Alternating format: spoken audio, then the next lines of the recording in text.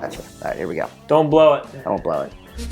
All right, boys and girls, ladies and gentlemen, people of all ages. Nameco here, Dustin there, talking fantasy football, and we're talking about quarterbacks for your 2019 draft, but not any quarterbacks. We're talking about the youngsters. We're talking about the rookies and how we'd rank them into this draft. And I know what you're thinking. I'm not going to really take a quarterback if I'm in a one quarterback league. Well, some people play in two quarterback leagues. Superflex, and which every league should do. So if you're doing that, these rookies are viable. But this one is probably viable no matter what. And who is he, Dustin?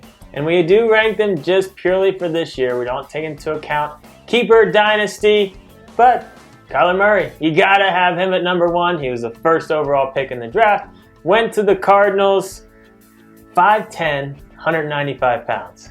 Not necessarily the prototypical size that you want out of your quarterback, but this guy is 100% a dual threat quarterback, and it just seems like he's landing in a great spot with the Cardinals. I think having David Johnson out there as a kind of a safety valve guy, he's got Larry Fitz. I love me the rookie receiver Isabella out there. I think he'll be a nice little slot guy for them.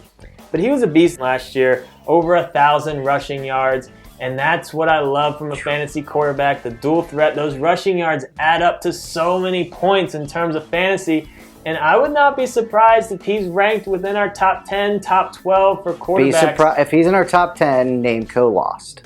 We'll see. I mean, but I'm just saying, if he can stay healthy, I would not be shocked at all if he's a top 10 fantasy quarterback this year. So get excited.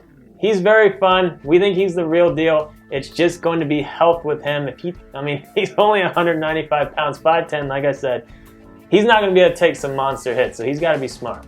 All right, our second quarterback, and we are not the Giants, so we're taking Dwayne Haskins here. The kid was absolutely incredible at Ohio State. 4,831 passing yards, and oh, by the way, 50 touchdowns thrown. Also at Ohio State, he got better during the year, and later in the year, he had harder competition, and he still did amazing against them, especially with that turnover to interception ratio. Kid was absolutely amazing. 6'3", 230 pounds. Unlike Murray, he is your prototypical quarterback.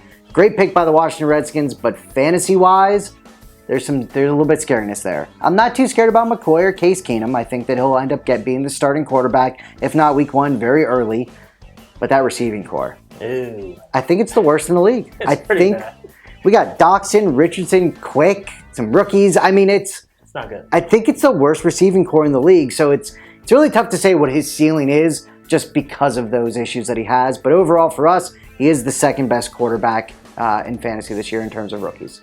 The second quarterback off the board in the draft, the real draft, was Daniel Jones. Went to the Giants. Did kind of surprise a decent amount of people in terms of, not really thinking that was the pick there. A lot of people thought it should have been Haskins, but he is, he does fit the mold in terms of a quarterback that you can build your franchise around. 6'5", 220. I think they really liked the idea of drafting him, having him learn under Eli, and eventually, take over kind of like Mahomes did out there with Kansas City.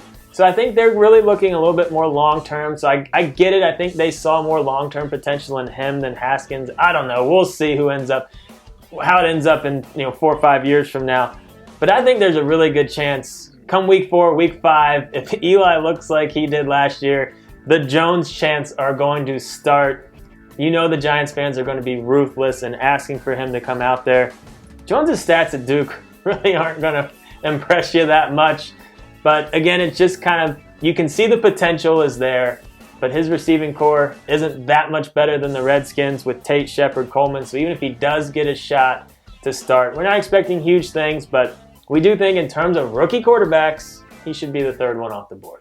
All right, and then the fourth one off the board, we're only doing 4, because after that, I know there's the guy for the Panthers either way. We're only doing 4, and we're talking about Drew Locke. He was pick number 42, went to Denver, and it's very similar to what Dustin just said about Eli and the Giants. They got Flacco there.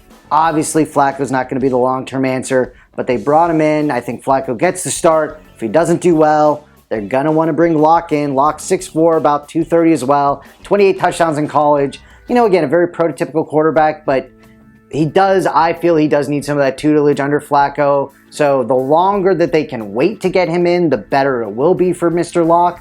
Therefore, we have him ranked number 4 because I just think that it might not be till halfway through the year that we're seeing him starting, if he starts at all this year. So that's the quarterbacks. Not a ton to get excited about, except for Murray. I'm very Top excited. 10 though?